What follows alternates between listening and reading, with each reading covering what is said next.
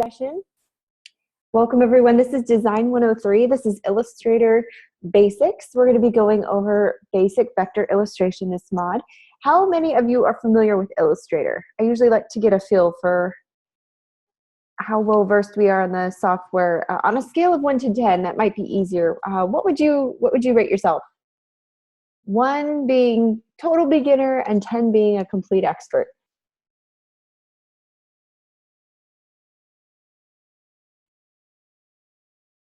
I appreciate the honesty, Breezy. Thank you. 2 weeks ago, she opened it, and so now you're a 1. Perfect. Well, this is a beginner's course. I see Norma has had some experience, so hopefully we don't bore you too much in this class. But even if you are familiar with Illustrator, when I, being a professional in the industry, when I started teaching this class, I learned a lot of things. It really helps you fine-tune the tools, and it gets you familiar with your whole all the tools in the software. Now, we're not going to be able to cover everything in Illustrator, unfortunately, but that's where the lynda.com videos come in handy, and that's also where your readings for the week will come in handy, and then the daily quizzes. So you're going to have a lot of opportunities to do some work on the side. Unfortunately, we have just such a short amount of time to teach that I usually reserve it to go over the assignments. So hopefully you will be able to enjoy the work that we've got. If you have any questions or want to learn something in Illustrator that you've always wanted to learn, let me know. I put that in the Introduce Yourself section on the course homepage and just kind of said, let me know, email me. I want this to be an interesting, fun class for you. And so the way that I usually structure my lectures, just so you're familiar, we usually start out with going over the daily quizzes. Now, of course, you can't, the quiz isn't unlocked until the day of, but I usually try to go over and review the questions in our lecture, so there's no surprises. So everyone who does the daily quizzes should get 5s across the board, right? Now, I don't offer extra credit. In fact, it's college policy. We're not allowed to offer extra credit. So, but I like to let my students in on a little secret. If you are able to get more than 4 correct in a row, the extras are like extra points. So that's kind of a maximum of 15 points extra that you can get throughout the week. So if you total that up, it adds up to about 60-point discussion or 160-point assignment. So that's a great boost in your grade if you can just continue to get them correct. So to help you and to reward the students who watch the lectures and come to class, I go over the quiz questions with you. We do it together. So I might get some wrong, so you can learn from my mistakes. I don't see the questions until I'm with you doing it. So this is a kind of a neat way to kind of get you those easy points, Don. And I know daily quizzes can kind of be they're great for learning, and I really encourage you to watch the videos that are there, but I also want to be able to help you out so that there's no slip-ups, no trick questions here. We're all pretty straightforward, and if you have questions about them, we can ask them in class, so everybody learns. And that brings me to my next point. If there are any questions, feel free to interrupt me on the chat to say, hey, I've got a question, and I will be happy to stop where I am and explain it. So don't be shy. This is our learning opportunity. And I guarantee you, someone else watching, the other 30 students watching from home are going to have that exact same question, if not in class, when they're starting their assignment. So just be brave and ask the question, and I'd be happy to answer it. Now, if I can't answer it verbally, I'd be happy to do a demo and show you, or I might have you share your screen and I'll step you through something too. I find that students tend to learn more when they're the ones kind of navigating the mouse, when they're in the driver's seat. So I often have my students share screen. Now, if you're uncomfortable with that, you're more than welcome to private message me or email me and let me know that that's not your cup of tea, but you'll still be attending class, but not to call on you, and I'll be more than happy to exclude you from that. But I do usually ask for volunteers. I won't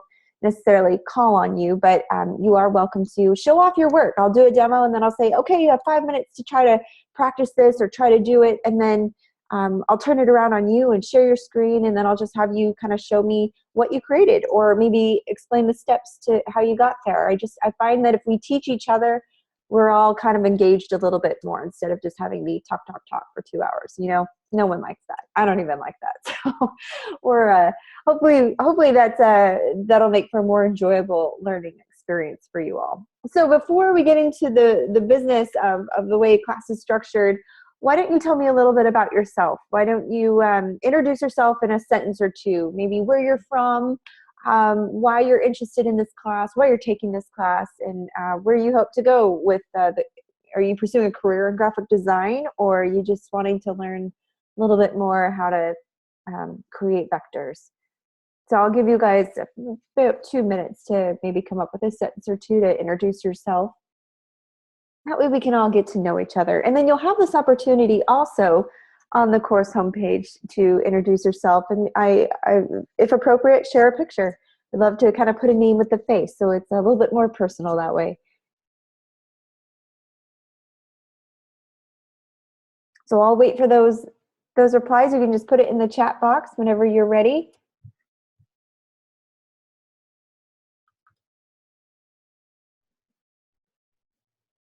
Okay, so Norma's the first post. She said she's from Northwest Georgia, would like to become certified with Adobe she's already a Creative Cloud member. So perfect, wonderful. So welcome, Norma. Thank you for your interest. Illustrator is a lot of fun, and it sounds like you've already had some experience with it. So you probably could be able to help me out in class, help answer any questions if students get stuck. And Brianne, she chimed in, her name Breezy from Ohio, started drawing to cope with a traumatic experience. So she's started selling her art. She wants to use graphic arts as another medium to enhance her work. Wonderful. Well, welcome, Breezy. And that is really cool. I've had a few students say that's kind of their just their way of either coping or maybe just their way to express themselves a little bit more. And I just think art is so much fun. And then when you can kind of make it in a digital form, it just becomes all that more cool, because now it's more, you have a little bit more options. It's not just a one-dimensional thing. You can make 2D, 3D images and vectors, and that changes. It's a game changer. Very cool. And then who do we have left? We've got Rebecca. Let's see if she'll post. But I'll go ahead and introduce myself. I'm Mrs. Woodland. I've been teaching for about 4 years now with the school, so quite a long time. I've been in the graphic design industry for about 11 years, so I'm what you'd call a seasoned professional, I suppose. But I just love graphic design. I'm so passionate about it, and I hope to teach you the tips and tricks that I learned later on in the game. I kind of was self-taught for the most part. I did go to school for it, but then there were some things that I had to teach myself once I got into the industry. I worked for an ad agency, and I had to design all kinds of things that were thrown at me, like billboard designs, business cards, pamphlets, flyers. Then there'd be some web work that we'd have to do, the back end, the front end of websites. And so there's just a lot of cool things that got thrown at me, and I wasn't really prepared for it, but I learned a lot of neat things, my time savers, and I hope to pass that on to you so that you're learning first thing. And so I still have my hand in the business. I freelance, I teach, I do just a little bit of everything because I just can't let it go. I just love having my foot in the graphic design industry. Just love it. All right, Rebecca just posted from Houston, Texas. Hey, I'm from Texas too. I'm from the Dallas-Fort Worth area, so that's really cool. Lone Star State. And she's taking this course to help her husband with his record label so that they can have a one-stop shop. That is such a good idea. I'm having so much fun learning how to use Photoshop. Wonderful. Well, the Adobe Suite altogether is really cool. And you'll find, Rebecca, as you're studying Photoshop, that even Illustrator kind of has some tools that, with the Adobe Suite, there's some overlap in the tools. So there's a lot of familiarity that you'll find if you're studying one one software over one program over the other. Some tools will overlap, which makes the learning curve a little bit easier. And so hopefully you find that easy for you as well. So welcome. Well, thank you for taking time to introduce yourselves. I like getting to know my students. And then those of you who are watching from home via the recording, please feel free to post that in the introduce yourself section. Okay, so first order of business. We did the welcome and introduction. I want to make a few recommendations for time management. I'm not here to tell you how to spend your time, but I am here to tell you that the first week's assignments are pretty intense, especially if you've never worked with the pen tool before. And I will do my best to go over as much as I can in this 2-hour block so that we can go over the assignment so there's no surprises along the way. But just like any beginner, you're going to have questions. And so there is what's called an open lab. This open lab session is on Thursdays, the same time, 7:30 to 9:30 Mountain Standard Time. So check your time zone. But on Thursdays, same time, I will be holding a 2-hour kind of tutoring session. It's not a lecture. There's no structured class. Some students come in and come and go. Some students will just come in and work, kind of like a library where you just come in and do your work. If there's a question, they'll ask. If not, they're pretty quiet. Others will come in with very specific things. The only thing I don't do is go over the entire tutorial for all the assignments. I won't sit and say, I've had students come in and say, okay, how do I do this? And that's not what the Open Lab is for. The Open Lab is for to help work one-on-one. I don't mind helping you. We can work through problems that you're having, or maybe you might be confused about something. Happy to do that. That's what it's for. But I won't like rehash what we went over in the lecture. So don't be disappointed if you come in and say, okay, what did I miss? Because I'll just probably point you to the recording and then say, come join me after you've watched it. So just want to make sure that you're aware of that. The recording is available, so you can pause me, rewind me. I'll be doing the demos for the assignments and try to get you through as many of them as I possibly can. So the recording will be a great resource. Also, come to the Open Labs because I am here. It's just a great way to work one-on-one with me. And it's kind of first come, first serve. So if you've never been in one before, just make sure that you try to get here as soon as possible, and then I'll just kind of rotate through the students. So we'll just kind of take a number and we'll get in line, and then I'll rotate. So hopefully everybody gets some time with me. It's also kind of my office hours, so if you need to reach me or phone calls or anything, I'll be making phone calls back and forth, tracking you guys down, making sure everything is good. So what's expected of you for the course? Well, just to keep up on the assignments, okay, or the announcements and the assignments. So let me show you real quick. Let me pull up the website. What I show you is some students aren't very familiar with how to navigate the course homepage. Have you guys found it to be pretty user-friendly? Do you know your way around the course homepage pretty well? Okay, so some of you may have taken classes already and you guys are familiar with it. Those of you who haven't, I just want to point to this live session tab right here. This is where you're going to find the recordings, okay? This is where I'm going to be posting all the week's videos, lectures, okay, and what we've covered. You can find the live lecture here. Here's the link to joining us on Zoom. This is the live link, and then here's the browser link if you need to just enter it in your browser. Okay, so that's where you'll go for recording. So it's all going to be on your course homepage. I highly recommend you all to visit the Student Success Center. In fact, there's no appointment needed for this, and they have hours posted, so you can go in at any time, even on Saturdays on deadline day. I know a lot of you are working and you have family and things come up, so if you need some extra help throughout the week and I'm not available, please come visit the Student Success Center. And we have a class tutor. I'll be posting her contact information later tonight, so just look for the announcement. Now, here's how I'll be communicating with all of you. All these announcements here, okay? You'll be able to view them when they post. I want to make sure that if anything important comes up, this is where you'll see it. There's a change in class time, or maybe the new week's class tutor hours have been posted. This is where you'll see it. Live lecture links.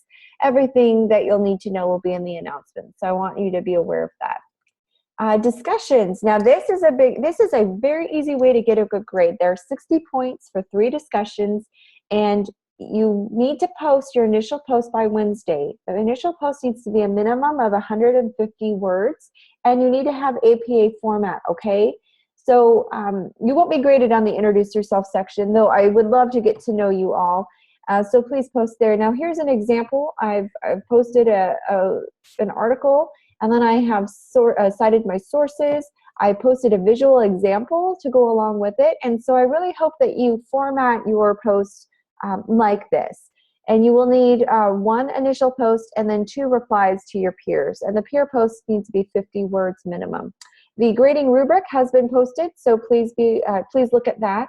Grading rubric has also been posted under your assignments. So just find your first assignment and then it'll be under there. Now you have an assignment 1 and an assessment 1, okay? So this is your first week's assignments. So let's take a look at assignment 1. This will kind of launch us into the tutorial portion. Yeah, Brianne. Okay, so what I usually do is if you go to Google, if you find an article, let's see, vector art. There is a YouTube video that I can post in the announcements. But what I usually do is if I'm looking and it's in a specific article, so if I clicked on this article and I said, oh, this is a really cool image here, I want to take this image, I usually just highlight it, hit copy, and then I paste it into the body of my discussion post. So if I'm pulling it from an article. If you found it on Google Images, you could try it that same way. If it doesn't allow you to, so say we'll click on this one, and I usually highlight it and then I'll paste it in the body of my post. If that doesn't work, there is a YouTube video that I could post. I don't have it on me, but there is a link, so I will find it. That's a great question. I've had people ask that before, so let me get that YouTube video and I'll post that in the announcements for you. Does that help? So first, I would try just copying and pasting it. So highlighting the image, copy, paste, especially if it's from an article. That shouldn't give you any problem. And then if you need to know a little bit more, if there's a specific vector you're trying to attach that won't work this way, then there's a YouTube link and I've got to find it. So I'll look for it tonight and try to get it posted by tomorrow. Great question. Any other questions? By the way, here is the grading rubric. Right here, it should be below each of your assignments, okay? So while we're talking about this, I want to go over the quizzes real quick and then we'll jump back into the assignment. So let's do the quizzes together. All right, so Monday's almost over, but why not? Let's try it.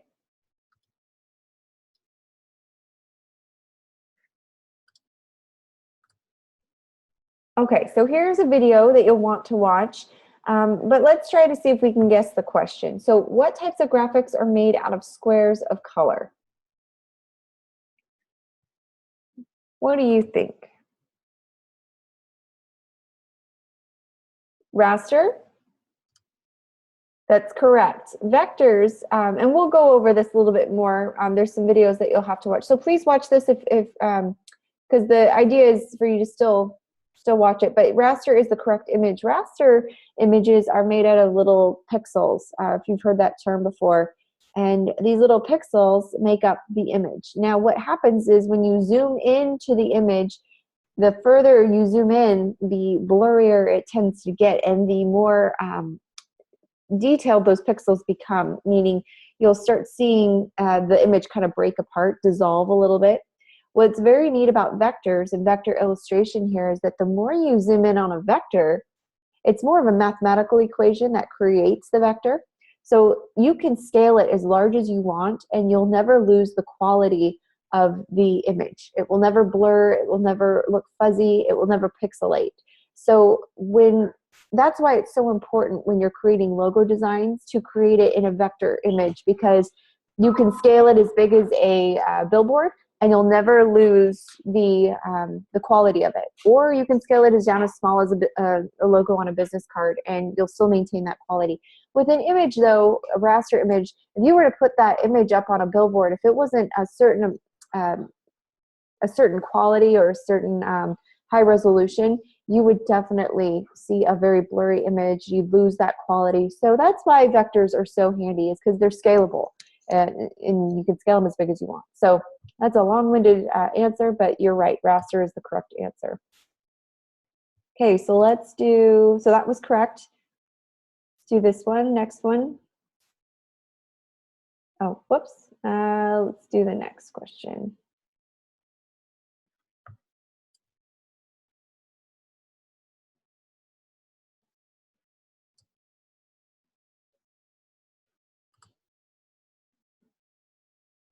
Okay, so Tuesdays. Another video. The default resolution for printing is what? What do you think it would be? So this is a pretty common value. It will explain it in the video, so again, please watch it. The default resolution for printing is about 300 dpi, and that's dots per inch. And that's just the value that you will be printing in. A 72 is often used for low-res images. You often see that in Photoshop, or if you're saving a low-res JPEG, that's the value that you'll get. The other values are really nonsensical, but the 300 is what you would print in. Good job.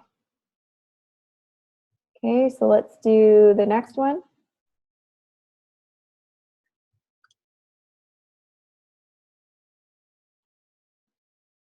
Okay, so complete this tutorial, then answer the question, how to create an abstract vector design in Illustrator. You'll have to click that link. What command is used to convert the path to a shape? What do you think?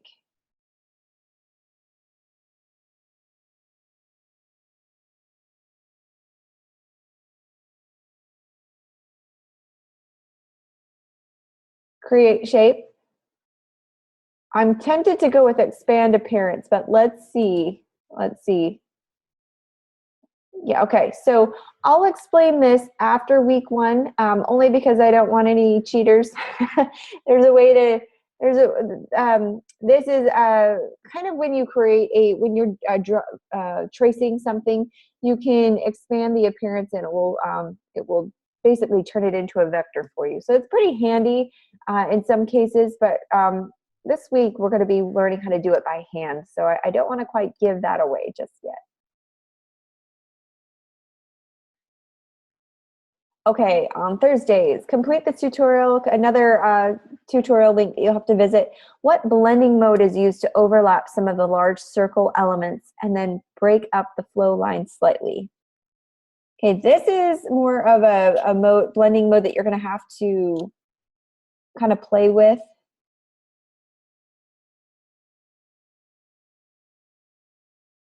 And I don't even know by the definition. I know what it looks like. So let's try overlay. Okay, so overlay is the answer to that one. And again, if you click the link, it'll make a lot more sense.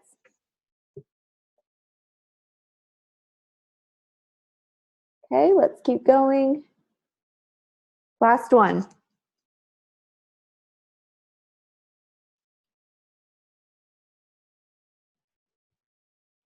Okay, this is a student loan question.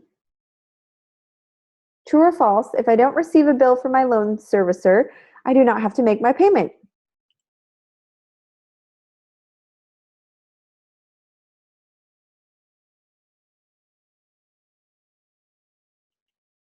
False. We always have to pay, right? Okay, so hopefully we know the right answers. Now it's just a matter of learning it. So go click on those links, go watch those videos, do the tutorial, and this will should help you out this week. So the rest of them are on your own. You can do the next few. So we are going to jump into our lecture. So I'll go ahead and stop the share here. And I'm going to pull up Illustrator. Let's see. Let's finish talking about this real quick. Mouse versus trackpad. Are you all using a mouse? I just want to make sure.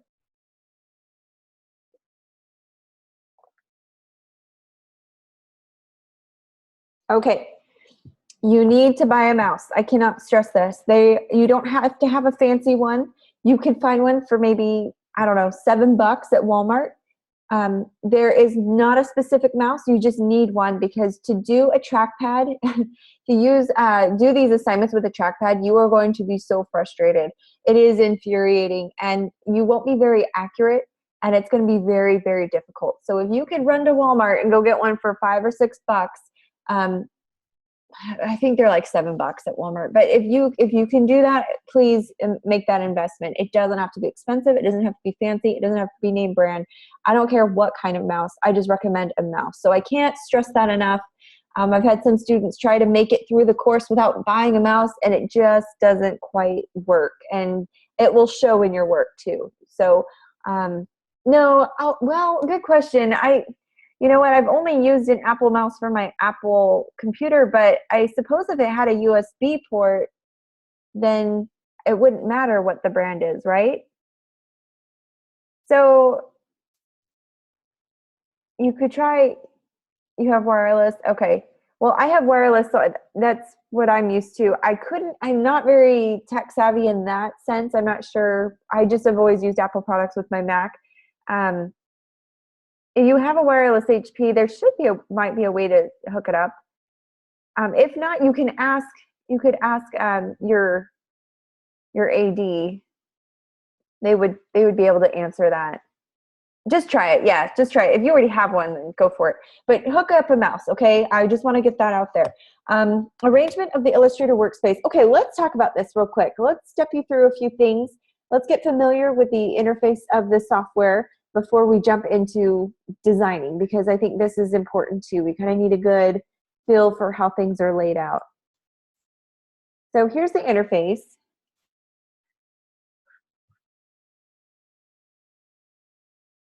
All right, I'm just going to throw it up here.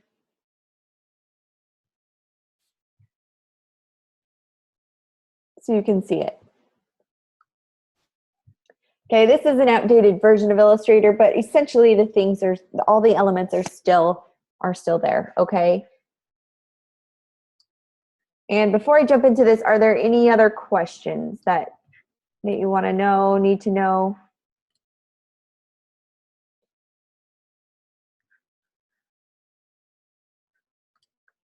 Okay, perfect. All right, well, I'm going to just go ahead and get into this. Let's talk about the interface of Illustrator real quick. Now, I want you to first explore a new document. So if you'll go to File, New Document, are you guys able to have Illustrator up as you're watching Zoom?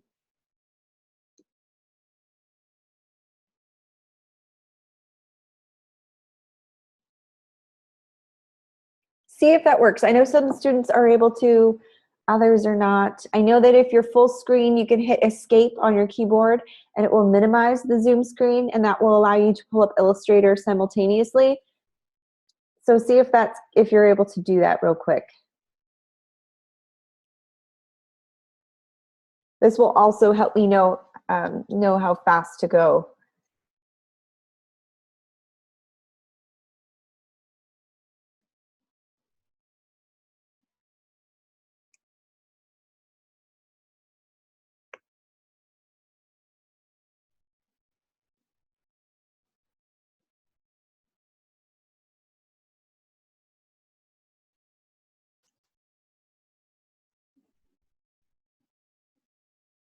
Any luck?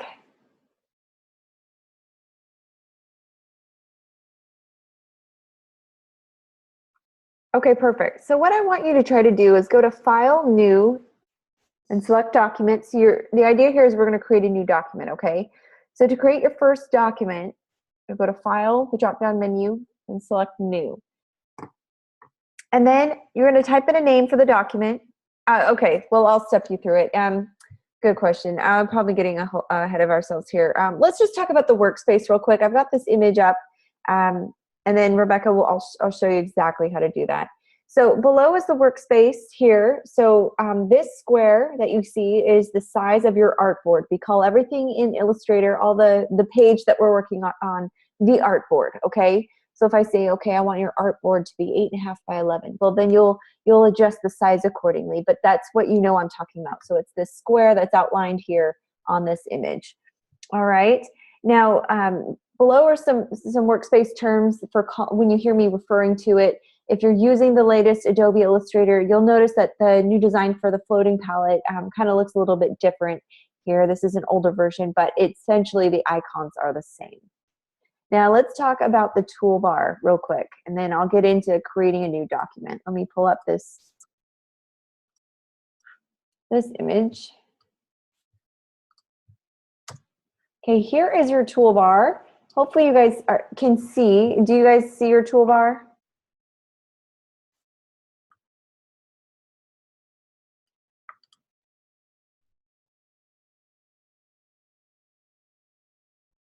Now, your toolbar might look a little bit different as far as the tools that are configured on it.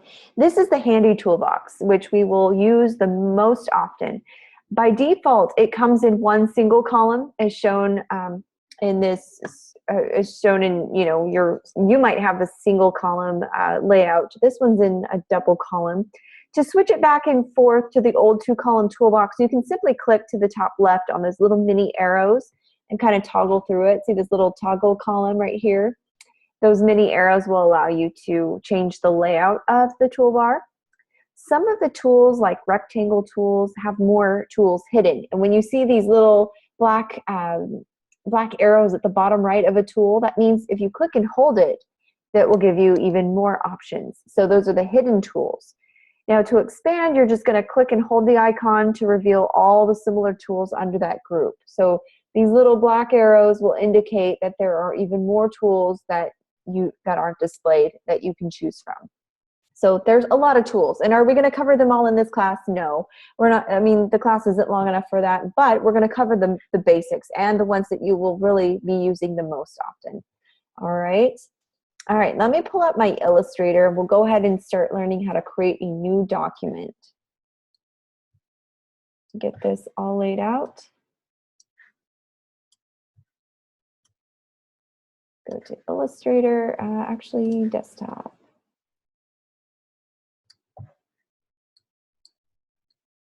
Okay, there we go. Can you see that?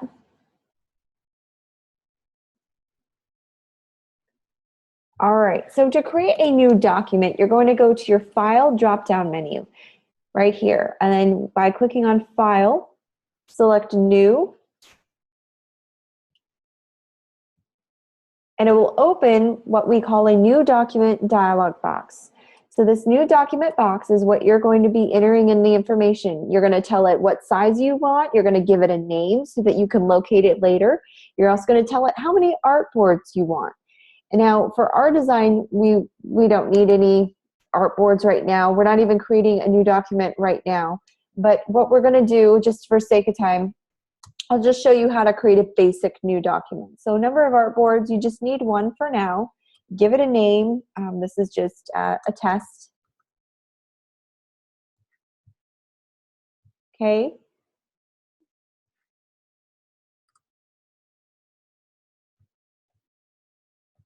And then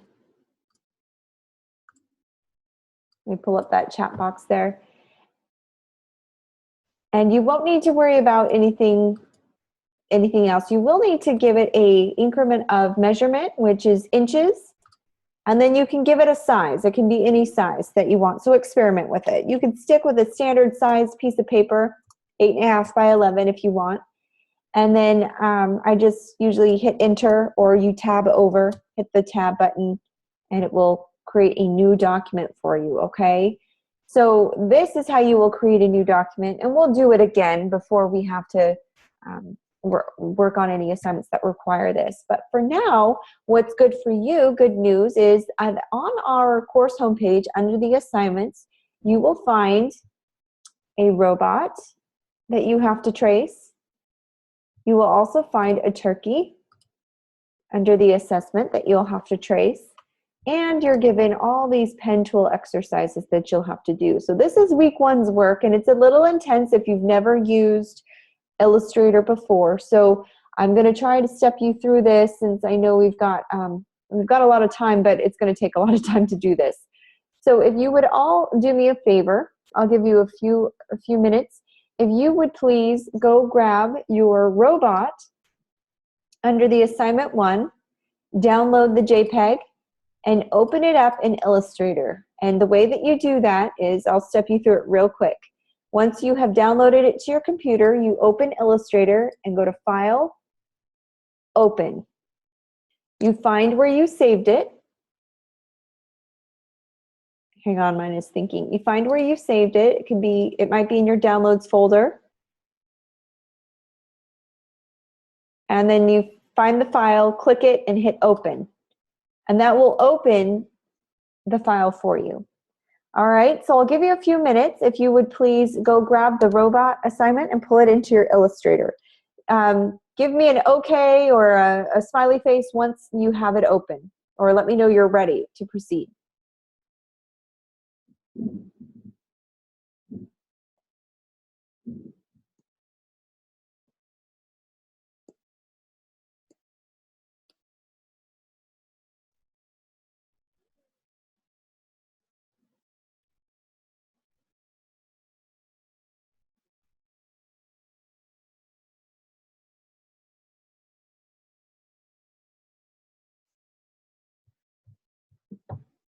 So did you all find it?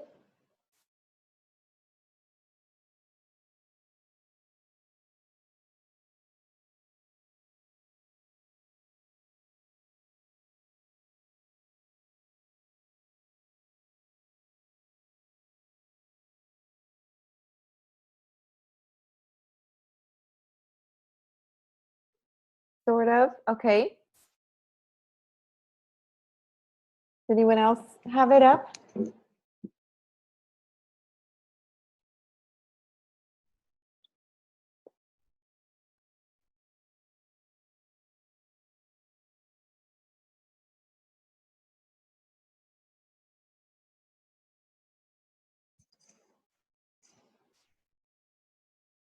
Breezy, are you having any trouble with it?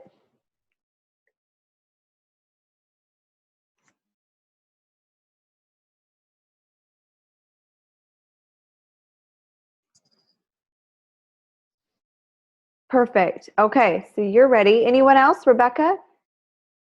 Tanya? That's fine. It will save to your downloads. You'll open it up in Illustrator, and I'd recommend saving it somewhere or saving it as something so that you know what to call it or where to find it.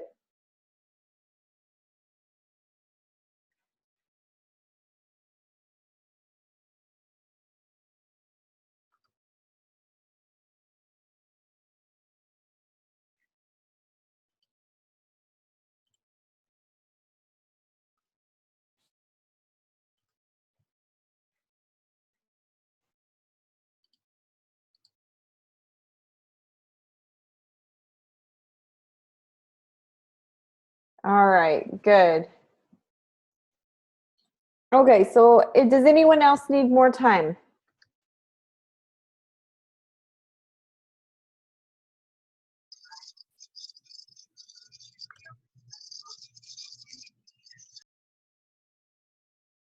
Norma, I think you have your video on.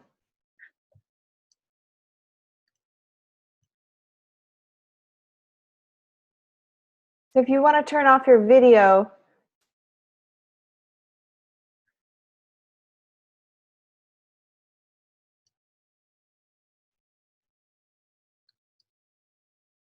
There we go.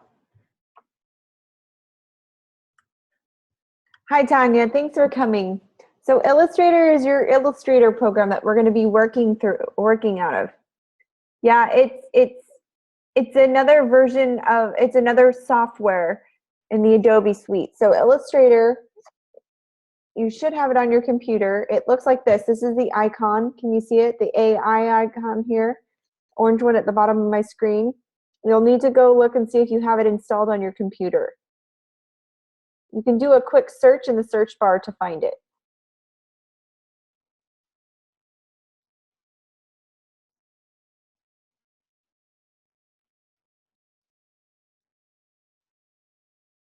All right, so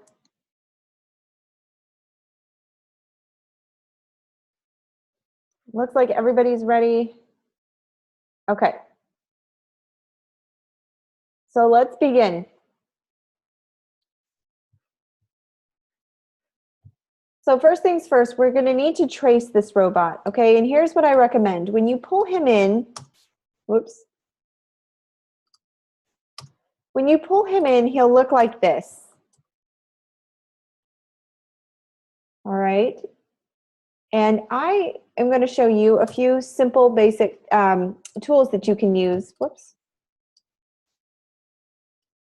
If I can get my tools to show up.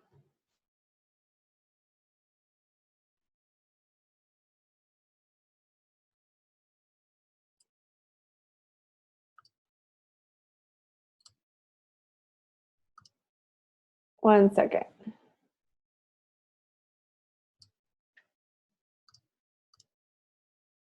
There we go. There's my tools. Okay, so here's my toolbar right here. It's this long panel here that holds all of my tools. So when I refer to a tool, this is where you're going to go to first. The black tool is your selection tool, and this is what you're going to use to move objects around. So it will allow me to move Mr. Robot around by clicking and dragging, okay? The white arrow is the selection tool, and that will allow me to manipulate these little anchor points. Do you see these little squares at the edge of my box here? The white arrow will allow me to manipulate those. You won't use it as often as you will the move tool though. So the black arrow is the selection tool. It will allow you to move the object around. The tools we're going to be using the most often are the line tool and your rectangle tool. So let's start with a rectangle tool. Let's get the basic shape down. By holding down on your rectangle tool on the toolbar, you'll look for the rounded rectangle tool.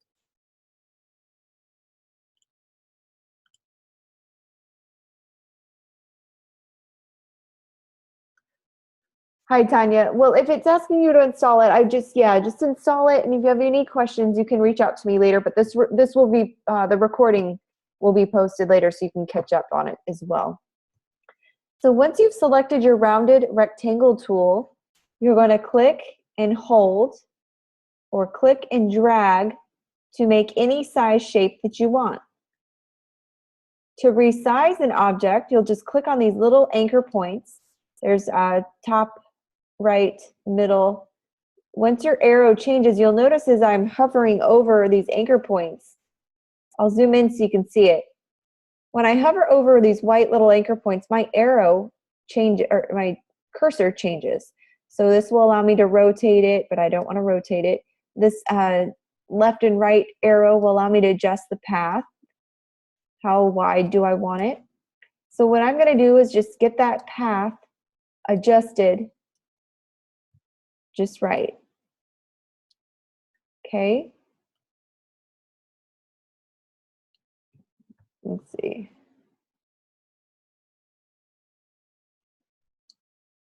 By pulling the circle in, it will allow me to round my corners very specifically so I can get a more accurate sizing. Now what we need to do is give this square a color because we're not going to be able to see our work over the robot if we don't give it a different color. Okay, so Brianne's square filled in white. There's something called the fill box and the stroke box at the very bottom of your toolbar. What's neat about your toolbar is if you hover over a tool, it will give you the name of it in a yellow box. So if you hover over a tool, it will tell you what it's called and also give you the keyboard shortcut in parentheses. So this is your stroke box, or your fill box and your stroke box behind it. You'll want to double click on your fill box right here. And this will allow you to change the color of your fill. But in this case, Breezy doesn't want a fill. So we're going to open up our color. So if you click on the box, if you go up to the top here, at the top it will have a rectangle, and then it will allow you to click on this white box with a red slash in it. That means none. That means no fill. We don't want that fill. So just click that icon. Do you see it, Breezy?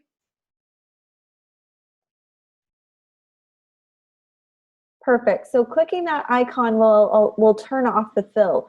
But we do want a different color stroke so that we can see our work. So by clicking on the stroke,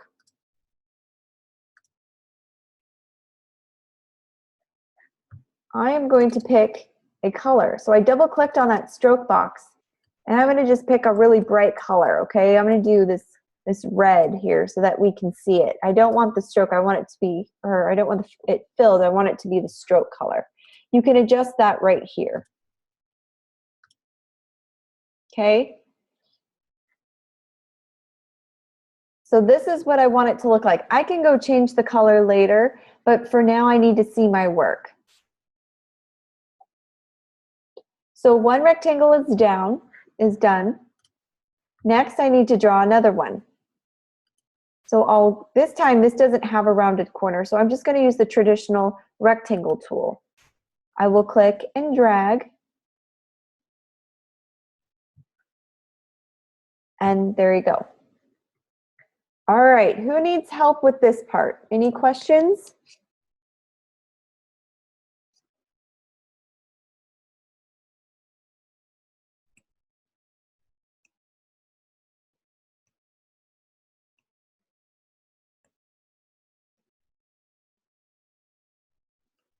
Okay, no problem, Brian. So what I'll do is I'll show you real quick how to do it. Let's practice a screen share. If you'll click on that screen share button, that icon, it kind of has mountains and a sun. You see that little icon in your Zoom? Click screen or share screen. There you go, perfect. Okay, so your corners didn't round. Can you click on the corner on your box for me that you drew with your, yeah, just click on that box for me. Can you select the box that you drew? Yep, you'll want your selection tool first. Click on it. Perfect. Okay, now if you will hit the keyboard shortcut Command plus. Good, and then just kind of move it. It's going to zoom us in a little bit. Just use your mouse to kind of scroll us over.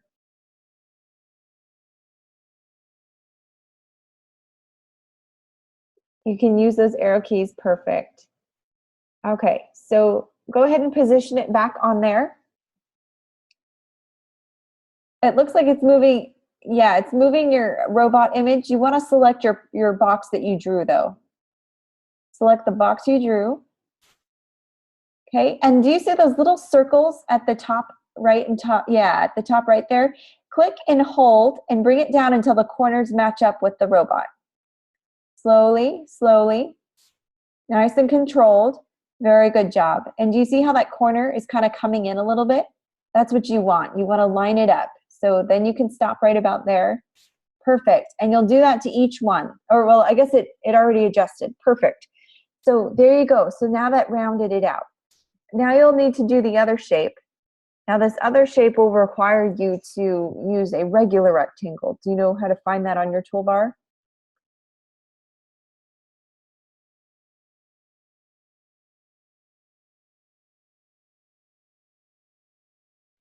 Exactly. So now you'll go create the leg. You've already done this one, so this one's done. So now you'll need to go to the leg portion. And you kind of do the same thing. You click and drag. Nice job. Exactly. Good job. Perfect. And so you'll want to give it that same color stroke so that you can see the tracing. But that's the idea. So very good job. And that was a good question too, because sometimes, you know, what if your square doesn't round just right? You know, you want to make sure you have it. Good question. Any other questions?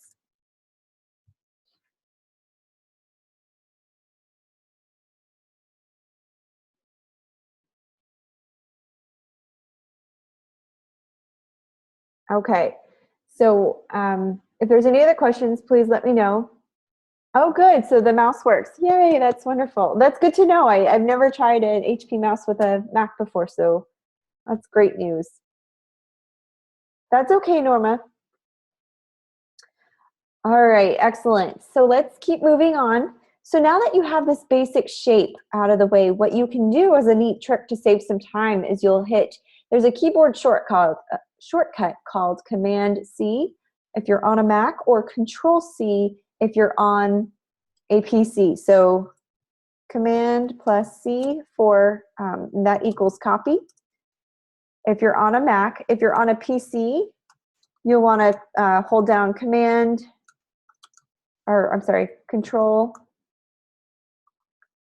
plus C, and that'll equal copy, okay? So you'll copy this drawing that you just created, the square that you just drew, and you'll paste it. And you can bring it over here to this robot here. This is the one, yeah, right here. And this is where you'll resize it by grabbing the corners. And I'll zoom in a little bit more so you can see it.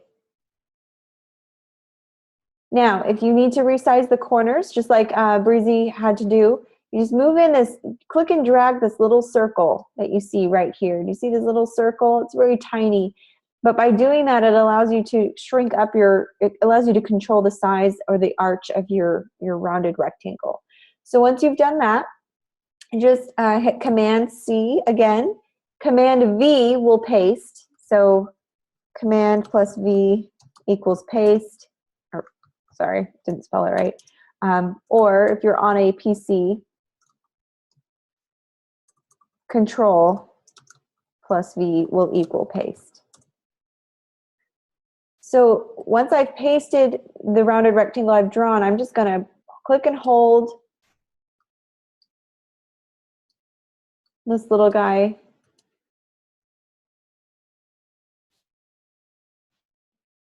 And I'm just going to bring it in right about here.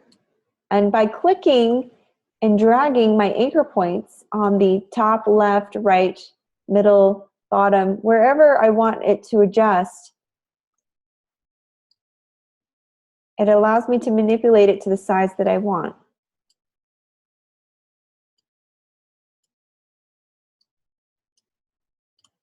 Okay, so the neat thing about changing the color of your stroke on your boxes that you're drawing is you're able to see your work on top of the robot's work. If you have the same color as the robot for now, it's very, very hard to see. Okay, so then we're going to practice getting our line tool. And we're going to click, oops, hit cancel, click and drag. And again, I want that very same color stroke. So to do that, I can either go change my color stroke up at the top, right here, or I can grab what's called the eyedropper tool. The eyedropper tool is right here towards the bottom of your toolbar. And if you click on the eyedropper tool, you'll see that the tool has already changed. With that line selected, I was able to click on the area that I wanted to copy, and it automatically copied the weight of the stroke of the line, and it already automatically copied the color. So that's kind of a neat trick. So again, I'll do that again. Click and drag using my line tool, and it's already copied that for me. You can use the line tool, or you can use the rectangle tool for this next part. And once you've already set your default color, it will automatically continue to do that. Now there's a tool called the arch tool.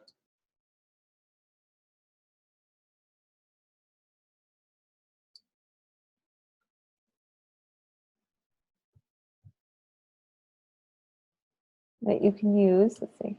There we go. Copy, paste, and then by using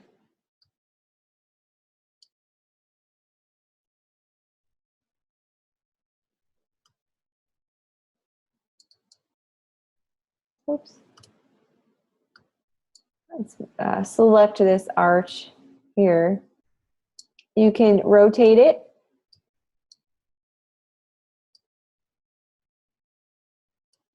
Or stretch it to kind of line up with where you want it to go. I'll also need to use the circle tool, also called the ellipse tool. So it's under, all your shapes are under the rectangle tool. So you'll just select the tool that you'll need to use, the ellipse tool. If you hold down Shift as you click and drag, this will allow you to create a more accurate shape.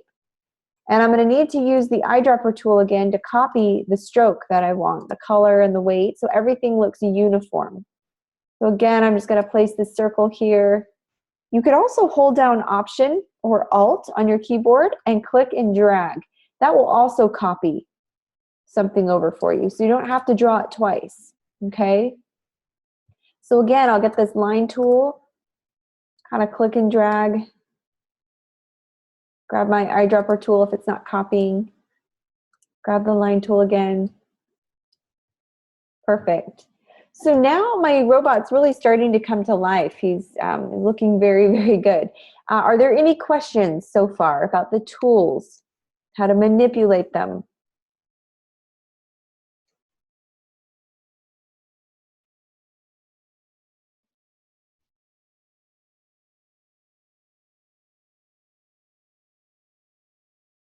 Yeah, absolutely. So to copy an object, so I'll grab this red circle here. Whoops.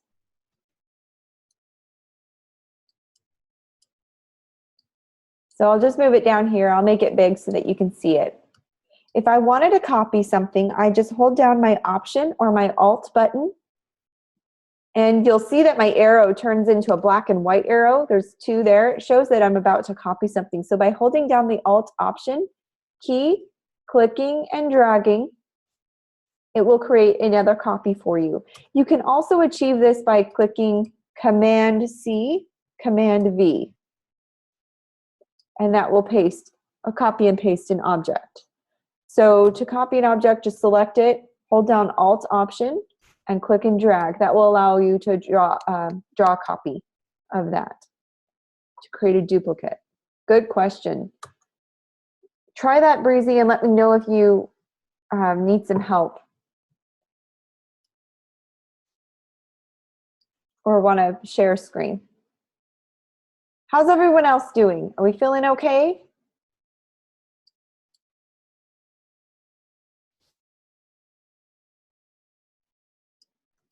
Are we feeling comfortable?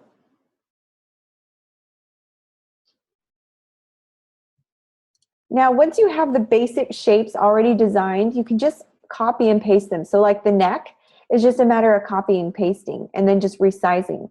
So copy, paste, and then you just resize it. So you don't have to draw it individually over and over. You can just simply paste it. Again, this rounded rectangle, I've already drawn it. Now it's just a matter of resizing. Now, when you're resizing an object, you definitely want to hold down Shift as you click and drag the corners, because that will allow you to constrain the proportions. What that means is it doesn't allow you to skew the object, to make it look skinny or fatter than it really is. It allows you to constrain the proportions so it stays proportionate. All right. Again, I'm going to get that arch tool.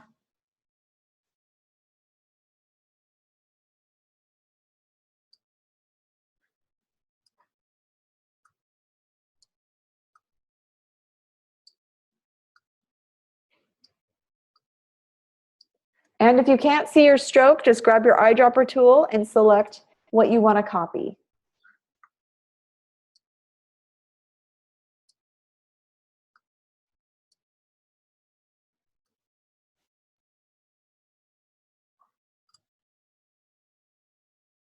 Okay, no problem. So Breezy, why don't you share your screen? Let me stop the share real quick and go ahead and share your screen and we can step you through it. Okay, so it's not copying. Let me turn on your mic real quick. Okay, Breezy, so go ahead and ask your question. So I have that highlighted correctly, right? Yes, that's correct. So I'm on a Mac, so I hit Command C. And then when I go do anything, it just moves my whole screen. Okay, so what, okay, I see what you're saying. There's two commands that you're kind of getting confused. If you're trying to copy that purple square, you'll hit Command V and then Command C and then Command V. That will copy and paste. Oh, so I need to paste it before I move it. Right, so go ahead and try it. We'll do it both ways so we get familiar with it. So there you go. You just copied that rectangle that you drew. Now delete that one and we'll try it a different way. If you hold down Alt Option and then click on the object you want to copy, see how your arrow changed? It's black and white. That means it's about to make a duplicate. So you click and drag it somewhere and that will create the duplicate. There you go.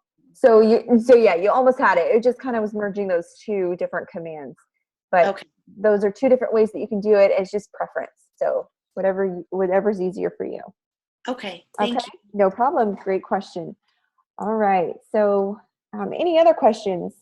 It looks like we're at 7:30, which is right where we usually take our 10-minute break, and this allows you guys to catch up a little bit. So are there any questions before we go to our break?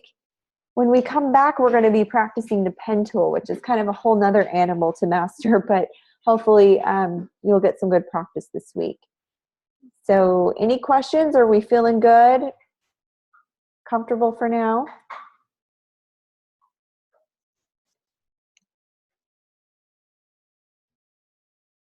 Okay. All right. So what we'll do is we'll go take our 10-minute break. When we come back, I will go over the other assignments for this week, and then we'll also do some one-on-one if you have any questions. I'll do more on the robot as well because we still have to learn how to color it. All right. All right. Well, keep practicing, and I'll be back in 10 minutes.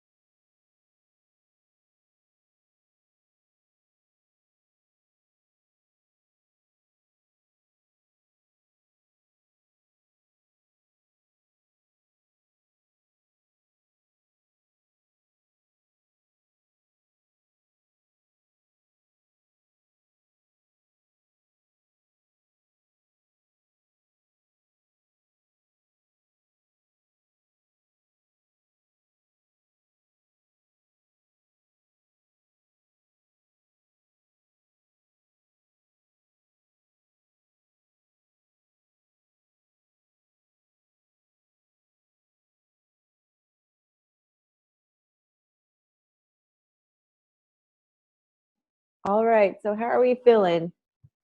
Are we getting comfortable using the shape tool? Have you guys had a chance to experiment a little bit?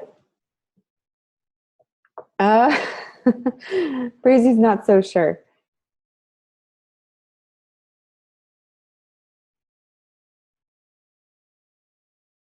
Good. I'm glad to hear that, Norma. All right, Breezy, how can I help you? All right, no problem. So let me have you share your screen. Do a quick screen share for me. We'll take a look.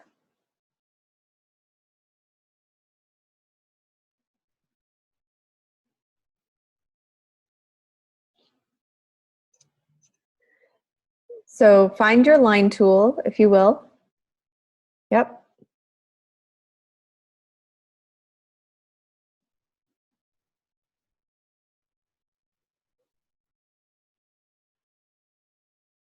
I'll turn on your mic for you, sorry. I don't know what I was doing now, but like I'm not sure where this line actually came from because I never had the line tool down there. And then don't use the eraser there because that makes just a big old mess. Yeah, don't use the eraser tool. We'll have to go over that. That's kind of its own animal too. If you've made a mistake, just simply grab your selection tool, your black arrow, click on the item and hit delete.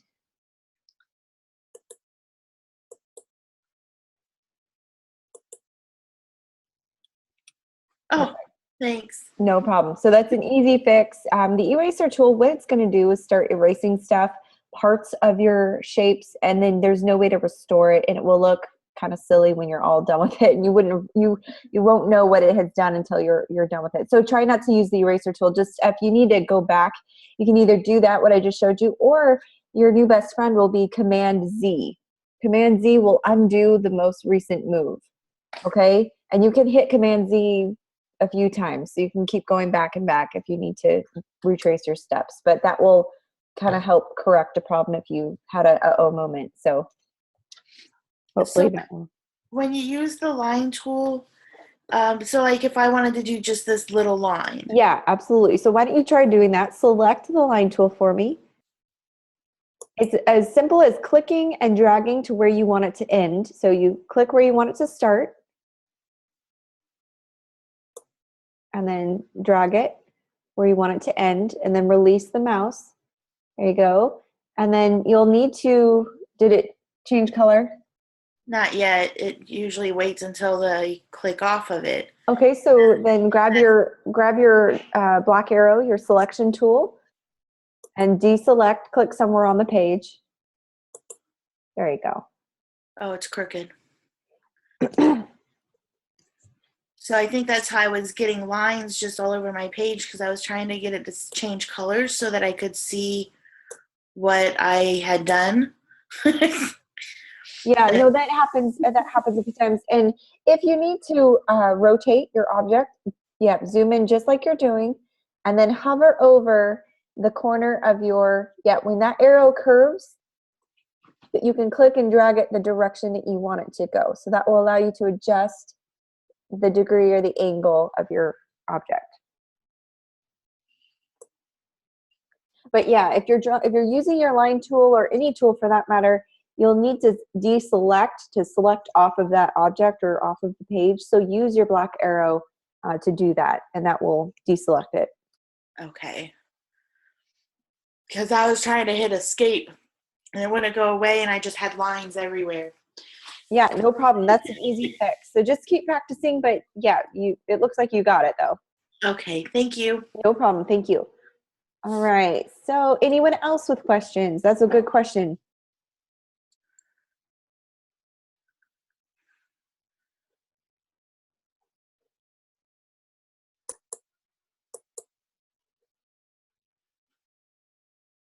Okay, so if no other questions, we'll go ahead and continue. Let's look real quick. You will have to color your robot. So once you're getting all your pieces together, we're going to need to color them in. So we've been working with our fill or our stroke tool, and that is on your toolbar at the very end of it, you'll see this stroke bar. When it's in the front, when it's overlapping the fill box, that means that when it's in the foreground, that means that one, you can edit it, okay? If you want the filled box to be editable, you'll need to bring that to the foreground. And you can do that by clicking on each one, all right? It just kind of toggles back and forth. But depending on which one's on top of the other, that one is the one that you can edit, or that's the one that will be changed.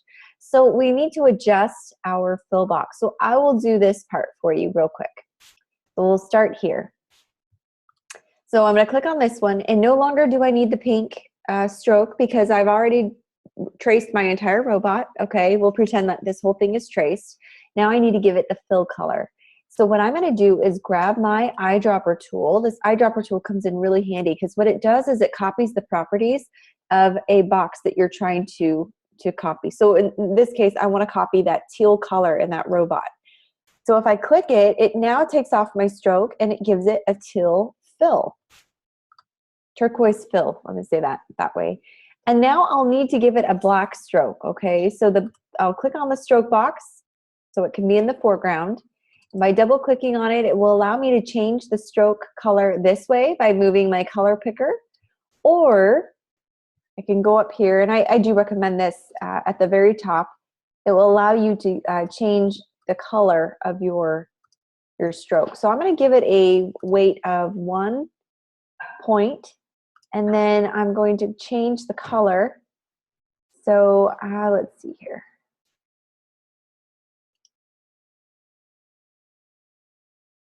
And let me see where my swatches are. Let's go to Window. Oop. 1 second. My settings are all messed up. If you go to Window, Color, it will find, here it is. There we go. It will allow you to choose a color, but I just want black in this case, okay? So black is the stroke that I want. So I'll select my shape, click on black, and that will change my stroke to black. Now you'll notice that there's different shades within this rectangle. I'll show you, case in point, this has a dark turquoise and then a white, so that you can create different shading effects. So what I'm going to do is, once I have this first one laid out, I'm going to copy it, and I'm going to take off the stroke by clicking this the transparent box, the no stroke box, and I'm going to kind of lay it on top. I'm going to make it a little bit smaller. And I'm going to grab my eyedropper tool and try to grab that dark portion, okay? And I'm going to kind of move it over here so that we can see what we're doing. So I'll move it in.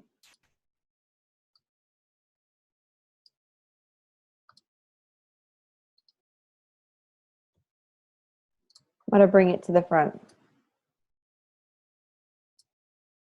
There we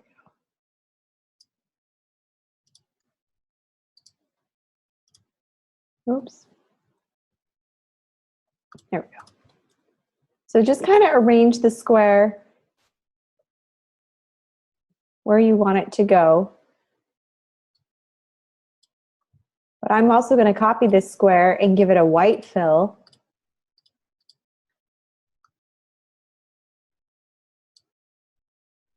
I'm going to bring this dark square ahead. And then this is how I get that effect. Now, I will put this out there. I won't be a stickler on the coloring so much. You don't have to have the shading of the robot. But what I want to see is that, do you know how to get the basic coloring? So it doesn't have to be layered color like I'm doing. What I want to see is just very simple. I have the turquoise box. That's what I want to see, okay? So you don't have to stress over, how do I get the shading within the shape? Because then that's working with a lot of different layers, and that can get a little confusing, especially when you're just starting out. So what I want you to do is just get the basic color by using your eyedropper tool.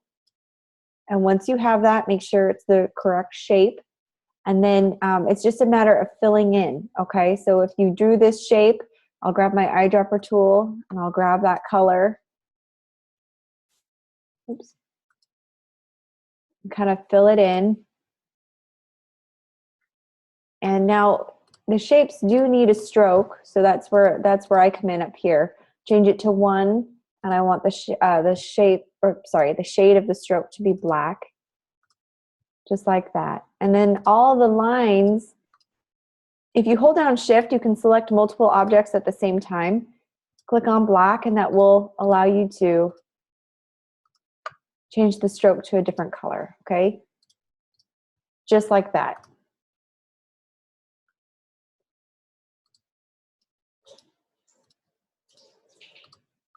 So what makes this easy, why I recommend you doing the color at the very end, is that you need to have your basic, the robot traced first, because then it's easier to just go in and change the color. But if you're changing the color and then overlapping it on top of the robot, when I delete the picture in the back, I want to see what's left. And you won't be able to really see that. It won't be a clear picture. So it'll just kind of be confusing along the way. So make sure that you trace it first in the pink stroke or the bright red stroke before you go and fill in the color. All right, any questions about that before we move on? This is about all the time we have for our robot assignment, unfortunately. But do give yourself some time. So shade it and then fill in the pieces. And by pieces, I mean this portion. I'll show you what I want, what I'm going to be looking for. I'll grab my paintbrush and kind of show you. So I want this shaded and colored, and I want this shaded and colored, and I want this portion shaded and colored, okay? So these three pieces need to be shaded and colored. You don't have to do the entire one. You don't need to do that, okay? And you don't really need this. This is just to help you practice, get the basic shapes. I just need these 3, okay? Does that help? So we need this, this, and this, traced and colored. You don't need this, you don't need this, and you don't need this. Yes, and breathe. All right. Some students kind of have to, they get overwhelmed because they have to piece this whole thing together, and then they've got to do it. Just don't worry about that. You just need these 3 little parts, and I just want the basic turquoise colored in, and you can achieve that by using the eyedropper tool. You don't have to achieve all of the shading. That will get a little too confusing, and it's not very, there's an easier way to do it than what they're asking you to do. So I'm going to be a little bit lenient on the coloring, but I do want to see the tracing, and I want to see you be able to manipulate the shapes with your selection tool and your direct selection tool. Okay. Breezy's asking, do you trace each line in the gold dials? Yes, you'll need to do that. And I can show you a really quick, easy way to do that. Well, let's zoom in here. I'll do a quick demo for you, Breezy.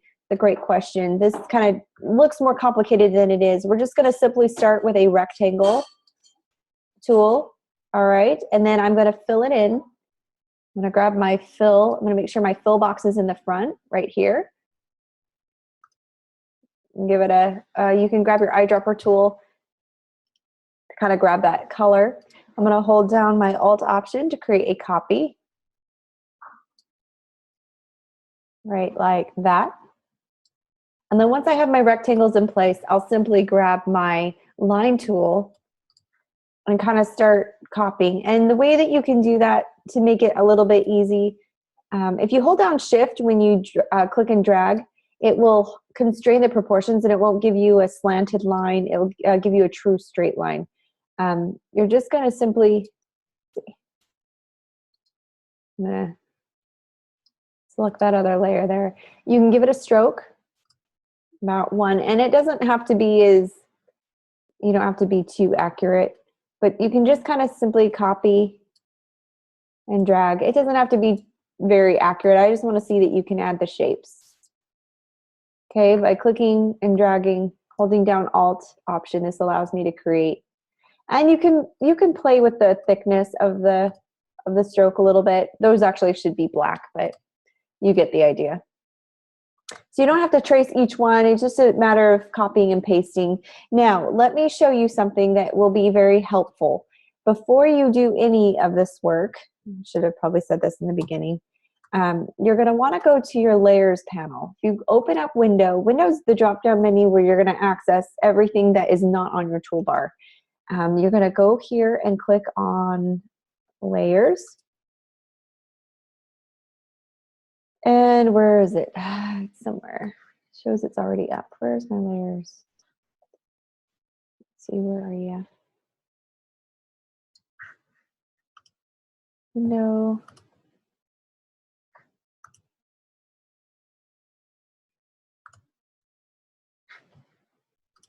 Let me click out of all this. See if I can find it.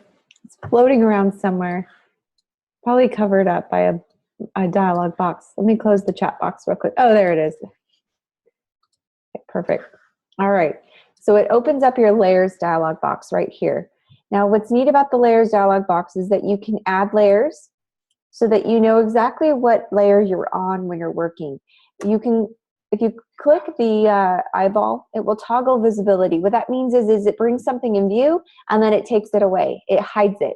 It's still there, it still exists, but it's just hiding the fact that you can't see it. It's kind of doing a magic trick here, but it's still there. So for instance, layer 1, let me get rid of these other layers. You only need 2 layers at this point. So let me just delete this 3rd layer. Layer 1 is going to be your example layer, and that's where you're going to put this example here. You're going to want to lock the layer. Click this box right next to the eyeball. It will lock the layer, meaning I won't be able to move it. So I can draw and trace all I want and it won't move. And that's going to be very helpful in the long run for you, because when you're trying to group something or grab a group of lines, you don't want to keep grabbing and moving the background of your picture. So I recommend you getting your example layer locked. You can always unlock it if you need to reposition it, but to keep from moving during the tracing process and the coloring process, please go ahead and lock it. Then just make sure you're on layer 2 when you're drawing, okay? So layer 2 will just be the tracing layer. All right, and now you can start doing your shapes as normal. Now, if you've already drawn shapes, it's a matter of just cutting and pasting. So if you've already had some work done, so I'll show you, for instance, I'm on my example layer, and I'll unlock it quick. Okay, and I already drew this yellow rectangle, okay, and I really want it to be on my tracing layer. What I'm going to do is I'm going to cut it. You can hit Command X to cut it.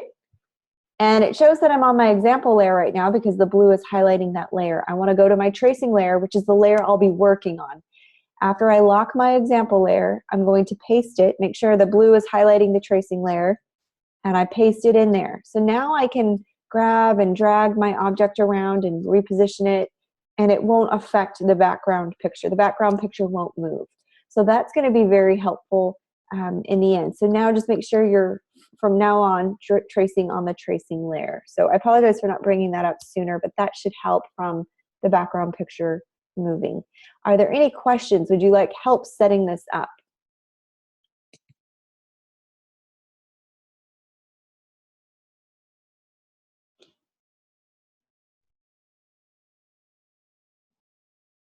Sounds good? Okay.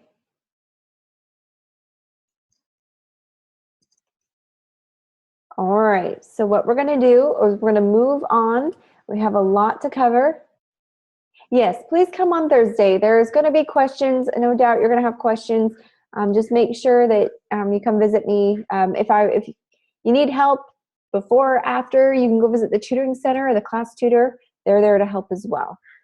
Okay, so you're given these pen tool exercises. The first one is supposed to be a star. So let's work with the pen tool. This is a different, like I said, it's a different animal. It's different because you need to have some finesse, some control with this tool. Instead of clicking and dragging to create a shape, you actually need to be able to click and hold. So these exercises will show you how to control the pen tool, and it will take some practice to get used to what it's doing. So your pen tool is accessed here on your toolbar. If you click and hold, it's this tool here. There's some other tools that we're not going to be reviewing right now. Just the pen tool is the basic one. Now it's a dot-to-dot exercise. So have you ever done that when you were a kid? Just you follow the numbers and it draws something. That's what we're doing here. We're going to click. You're going to simply follow the instructions. So click once, click twice on click once on number 2, click again on number 3, click again on number 4. Click again on number 5, and you're going to continue to do that. You want to make sure that your pen tool is positioned right here in the middle, the center of the circle, because you want to get as accurate as you can. You also want to make sure that your fill is turned off. And before I leave my star, because if I notice halfway through my drawing, oh darn, I forgot to change my fill or turn it off. If I go in the middle of my exercise, see what it's doing? It's still connected. My pen tool is still turned on. So if I start going to change my fill now, it's still doing something. So you got to finish what you're doing before you go do. You got to finish your thought before you go do the other one. So now that I've completed it, I'm going to go and change and make sure my fill is turned off. So just be aware of that. Now I'm going to go start over again, and I'll do it once more. Go to my pen tool, click once in the center of number 1, click once in the center of number 2. So it's just a matter of clicking one time and releasing the mouse. Okay, and by turning off the fill, this will allow you to see the dots. It's just a dot to dot. So make sure that your pen tool is right here in the center of each circle. You don't have to click and hold, click or drag, none of that. It's just a simple clicking of the mouse. All right, so hopefully you can get that pulled down. This is your assessment 1. The other one is a little bit trickier because this one requires you to click and hold. Do you guys have this exercise up? If not, go ahead and pull it up. I'll give you a minute to do that because I really would like you to work with me.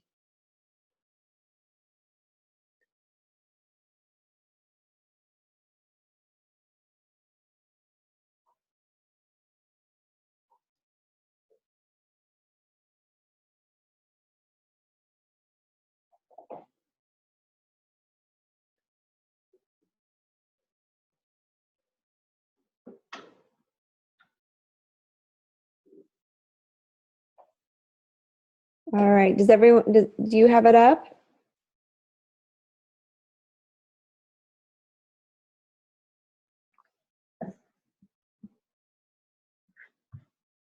Okay, perfect. So we're going to go ahead and do this one. This one's supposed to be a circle. So it's a little trickier. We're going to add an extra step. So instead of just clicking, clicking, clicking to create the lines, we're going to click and hold to create curves.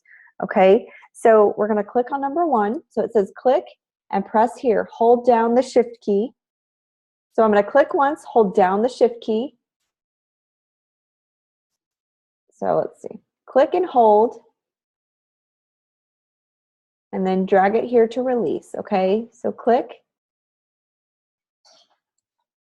hold down the shift key. Oops. See, it's even tricky for me. Figure out what they want. There we go. So you hold down the shift key before you click. Hold down the shift key and drag it. And then you click, hold down the shift key. You're holding down the shift key the entire time. That's the trick. Hold down the shift key the entire time. And then you just follow the arrow. And you will need to complete the circle by doing that. Okay, now here's where it's tricky. You'll hold down the shift key before you select your number 1 dot. Hold down the shift key, click number 1, and drag the cursor to number 2. Hold down, keep the shift key held down the entire time. Click in the center of 3, drag the cursor. What we're doing is we're positioning the curve. We're telling the pen tool to create a curve. And then you complete the circle. Go back to the original dot. You need to complete the circle. There you go. So it will close all the points once you've gone back to the original one that you started. Does that make sense? Let's take some time to practice this. I'll give you a minute or 2 to try to do the circle, and let me know if you have any questions.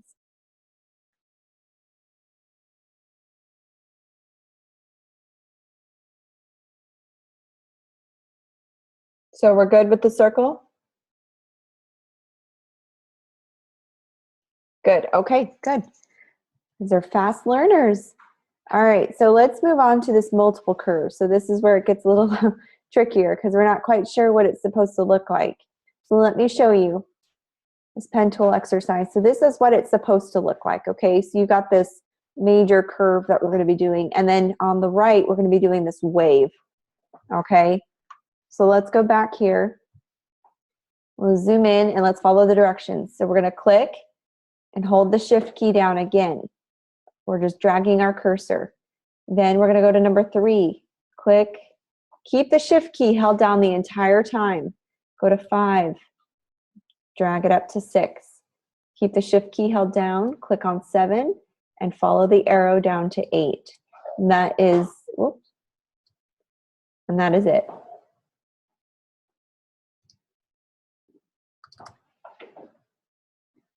And then to deselect it, you'll need to click on your selection tool and click off of it.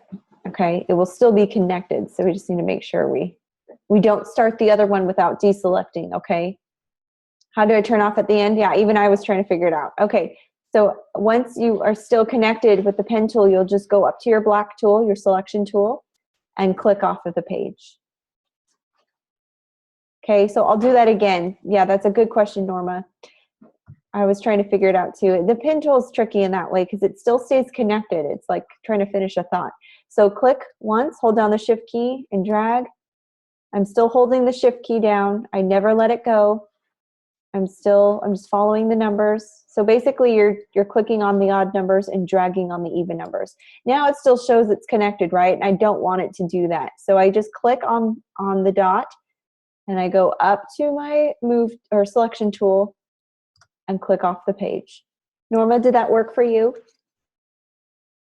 So we want to make sure that the pen tool is turned off before we begin the next one. Okay, good. That's good news. Okay, good job. So let's start with the curves. This is going to be the wave. We're going to create a wave now. So now that our pen tool is turned off, we're going to turn it back on. Hold down the shift key again and drag to 2. And then you let go of the shift key. Oops.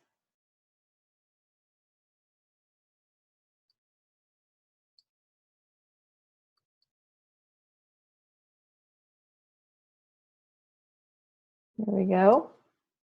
You kind of have to follow the instructions and it will. Oops. And it will let you know how to do it exactly. So let's try that one more time. So if you grab the pen tool, it says click and press here, hold down the shift key. So again, it's the same exercise we've been doing. The only thing that's different is when you go to number 3, you're gonna click and release, and then you press exactly on your anchor point and drag it down. You're gonna click here, click on the same anchor point, drag it down. Click in the center, click on the same anchor point and drag it down. And then to deselect it, you're gonna go grab your selection tool again and click off of the page. Okay, so that should help you. Any questions about multiple curves and curves with corner points?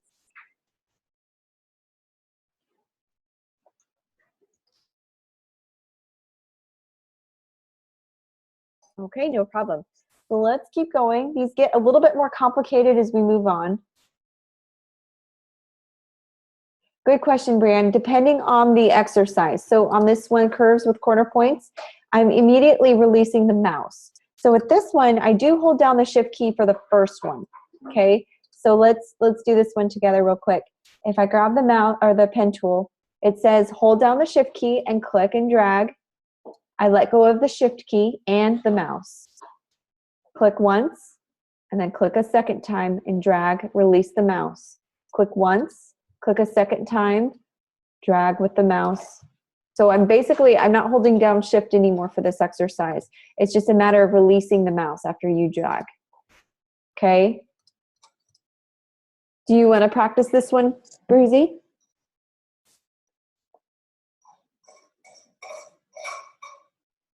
Do you want to pull up your screen real quick?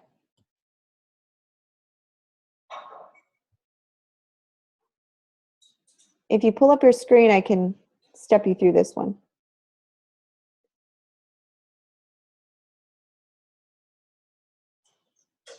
And I'll go ahead and turn on your mic for you. Okay, hold on 1 second.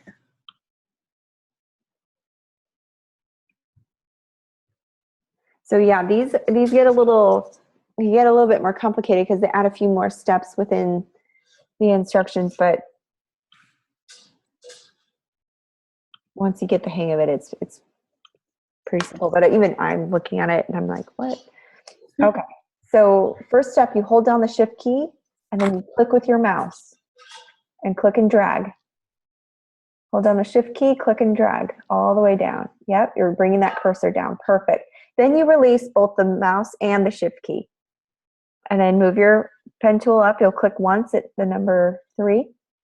And you don't have to hold down the shift key anymore. Now it's just a matter of clicking and then click again and drag to the center of that one. Okay. And then, oh, whoops, undo that one real quick. Undo. Command Z, sorry. Command Z will undo. There you go. So click a second time in that same anchor point. Oh, and this one up here? Yeah, click a second time with direct center. Yep. Click it and hold it down as you drag. Good. Now go back to the other one. Click once. Now click twice and click and drag. There you go. So we're not drawing a line. We're kind of telling the anchor point where to go. So yeah, now, and this will help us create the effect that we're going for. So click once and then you click again in the center and bring it down. Perfect. Good job. So now to release the mouse, yep, you'll go to your selection tool and click off of the page. Perfect. Yeah. And so you only want the wave. You don't want anything else. And you want to turn off your fill. So if you just go to your fill box here and just click that red line through yeah, there you go. So it turns off your fill. So now you can see the stroke. Excellent. So yeah, it just takes a little bit of practice, but it looks like you got it. Okay. Yep, good job. And don't forget to save your work, guys. If you're working alongside with me, make sure you save. With this one, because when I opened this, it opened on at the same time as the assignment. So Okay. save, like, Word, you can have several open. Will it save? Yeah, so you'll have to save each assignment. So I'll show you, it's kind of a neat little trick in Illustrator. Do you see this black dot on my red circle in Illustrator? You see that? What that does is it says that my work has not been saved yet. So the highlighted assignment right now is my pen tool exercise. So I'll hit save. You can do that by hitting Command S. Command S will save it. And then, let's see. Hang on, it's thinking. It's registering. Okay, hit OK. Okay, and that black dot will disappear. So then I'll go to the turkey assignment, my next assignment. Well, there's a black dot there. That means I haven't saved this assignment. So now I've got to save that one. Each one, if you click on if you have multiple boxes open, if you see that black dot, that means you have not saved your work. So you'll have to save it individually, but that black dot's a good indicator of whether or not you've saved it. Yeah, learn to save and save often. I can't tell you how many power outages, computer crashes, name it. I mean, students have lost their work and it's so frustrating. So just remember to save if you can. And you'll have to save each assignment. So that's a good question, Breezy. Each assignment you'll have to save. All right, so where are we? Pen tool exercises. So I just saw the clock. It looks like we have about 15 minutes left. So we're going to go ahead and move on. I'll save the rest for you guys to work on. You can come in on Thursday and I'd be happy to help you. I just wanted to cover this real quick. Right now, let's turn our attention over to the turkey. So if you can pull it down, that would be great. If not, I'll do a quick little demo for you, and then I'll give you time to try it.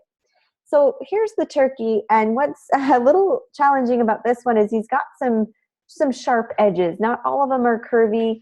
You can see in his little tail and even his feet, there's some awkward curves. So we've learned to draw shapes with the line tool, and we've learned to draw shapes with the shape tools like the rectangle and the ellipse tool. But a very handy tool that you will use in vector illustration probably 95% of the time is your pen tool. And so that's why we want to perfect this tool so much. So that's why the first week kind of dives into the pen tool a lot. So the pen tool is the same concept: clicking, holding, dragging, trying to create anchor points. And the more you practice with it, the more comfortable you will get.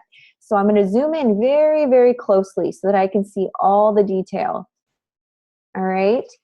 And I'm going to make sure, just like on my robot exercise, that my stroke is a very bright color because I want to be able to see it over the black turkey. Okay, so turn off your fill and make sure that your stroke is a big, bright color. So let me see here.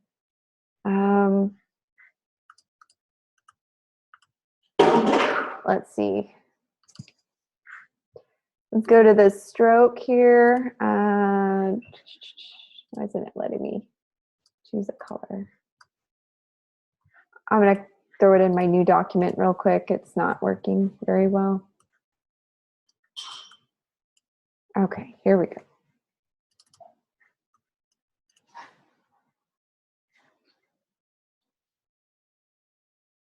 So with this one, you want to create 2 layers. So if you, layer 2 is your tracing layer. This is a really good habit to get into, no matter what it is, to lock your original layer and then go to your tracing layer so that you can create a different, sorry, I'm just going to get my color up. For some reason, it's not letting me adjust the color. Why not? Let's see here.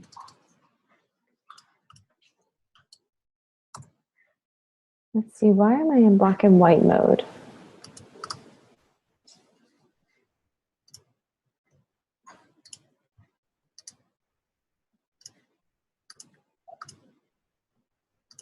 One second.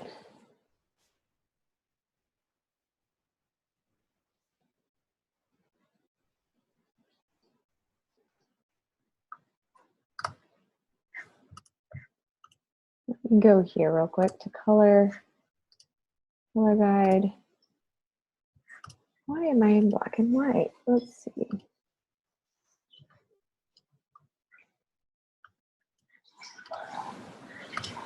So strange. I might have to mess with some settings real quick, but overall, let's make sure we have a good thick stroke. So maybe a 1-point stroke is good. Let's grab our pen tool. I'll zoom in here. We'll do yellow. We'll just stick with yellow because that's, for some reason, my settings are not working. I'm going to get really personal and up and close with this turkey here. And we're going to click once and click and hold. And by moving this teeter-totter line, you can kind of see how it goes back and forth. It will allow me to adjust the curvature. So I want to get as close as possible to my turkey. And I want to turn off my fill. Okay. And then you kind of keep tracing this turkey. And by moving the angle of that line, it will allow me to create the curvature I'm looking for. If you hold down Option, you can grab that point. That point will tell you what direction the pen tool is going to go next. So you always want it in line with where you're about to move. You can click and drag and it will kind of move it around for you. I'm going to hold down Option and bring it in because sometimes it likes to go out a little too far. So I'm going to bring that in, point it to the direction you want to go with your pen tool.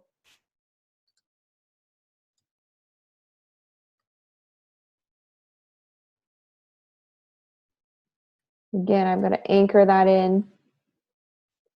And with his back, what's neat about the back is that it's pretty straight lines, so you can kind of draw longer shades. But again, I want to bring that line in, my anchor point.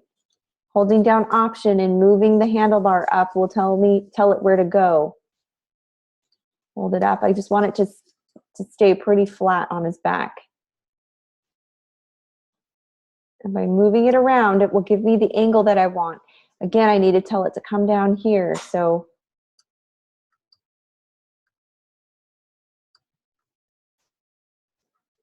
just like that. This will allow it to give me the curvature that I'm looking for. All right. So this should be a fairly quick assignment, quicker than your pen tool exercises, but I would definitely recommend using the pen tool, do the pen tool exercises first. So I'm going to drag my anchor point out. This will give me the curvature I'm looking for.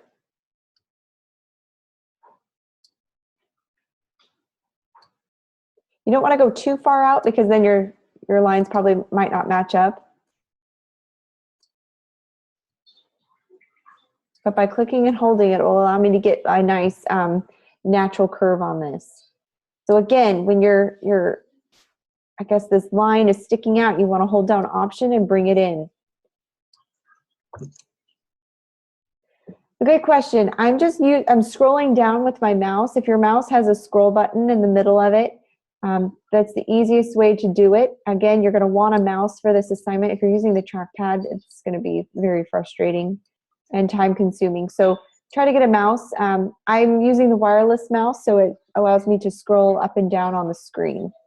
So that's a good question. Do you have a way to scroll, Brianne? Okay, so practice with it and see if you're able to do that. It's a real time saver if you can. Perfect. So far, so good, Brianne. We're escaping all the major problems. I'm glad your mouse worked and it's allowing you to do what you want it to do. That rarely happens in this class. It's rare when everything goes right. All right, so again, I'm just tracing, I'm adjusting my handlebar by holding down Option. Remember, you're going to want to know how to do that because your lines won't always line up. So this is just a pretty quick and dirty example. Can't let it get too far ahead of me. Oops. Again, bring that anchor point in where you want it to go so you can control the curvature of your turkey. And then usually on these longer stretches, you can kind of move a little quicker. It's just the detail in this smaller, that didn't turn out quite as well. I need to move that in.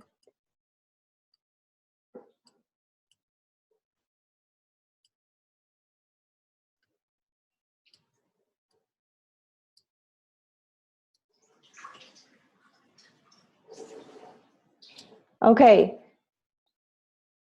Do you guys have any questions before we wrap up?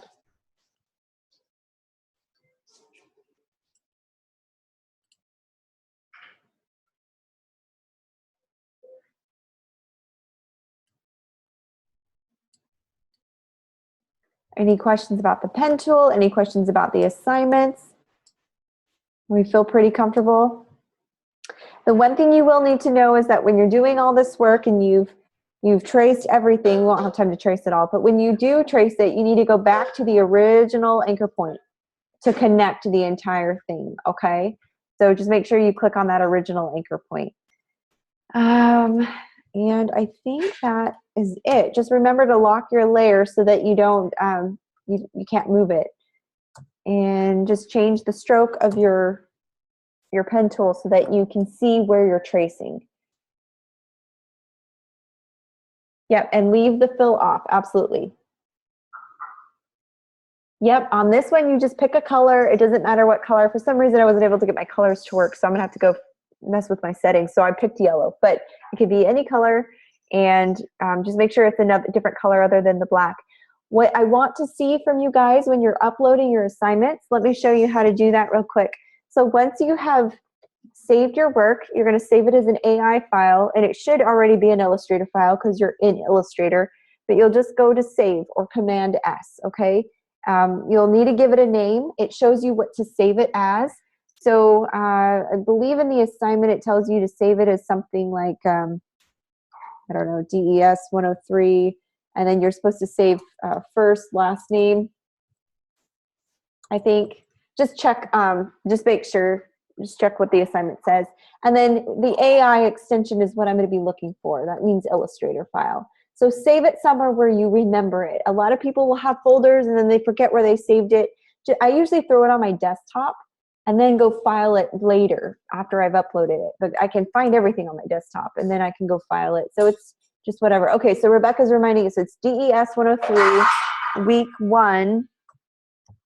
And then we're going to go underscore last name. Okay. So week 1 underscore last name. And this helps me know whose assignment is who. So pretty straightforward. So once you've saved it that way, I usually save it to my desktop and then upload it, and then you can go file it later. I have so many students that can't remember where they file things, and then it gets confusing. So it would be smart to create a folder specifically for this class so that you know right where to go to access your files. So hit save, and it should save it right where you need it to. So yes, the pen tool is very challenging, but the one thing that will make it easy, and I will stress this again, I didn't learn this until very late in the game in my career, and it's so simple, but I didn't learn it. When you click on an anchor point and you're creating a curve, to get a certain curve, you're going to be stretching that line, kind of shows you the angle of the curve. Well, when you're doing it, sometimes you have to go off the grid a little bit. So in this case, it's kind of pointing into the black. Now when I try to create another line, it's not going to line up correctly for me, okay? It's going to be in that black. So to position the anchor point, you need to hold down Option and move that handlebar in the direction that you want your pen tool to go. So then your next move, it will follow that anchor point, okay? And to click and hold, it will give you some curvature. All right. Just make sure whenever it kind of veers off the beaten path, you need to bring it back in and kind of show it where to go. And that can be your next move with your pen tool. So again, you definitely want to click and hold to create curve. And you also want to make sure that you hold down Option or Alt if you're on a PC to move that handlebar in the direction you need your pen tool to go, okay? And it will give you that curve that you're looking for. So again, I didn't learn it till very late in the game, and it frustrated me to no end why I couldn't get the hang of the pen tool, but that simple trick alone will save you a ton of time and frustration.